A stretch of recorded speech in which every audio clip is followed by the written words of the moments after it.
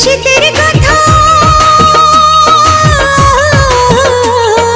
বন্ধু আমার শীতের কথা গায়ের চাদর কোলেতে বসাইয়া তারে করিতাম আদর। বন্ধু আমার শীতের কথা গায়ের চাদর কোলেতে বসাইয়া তারে করিতাম আদর।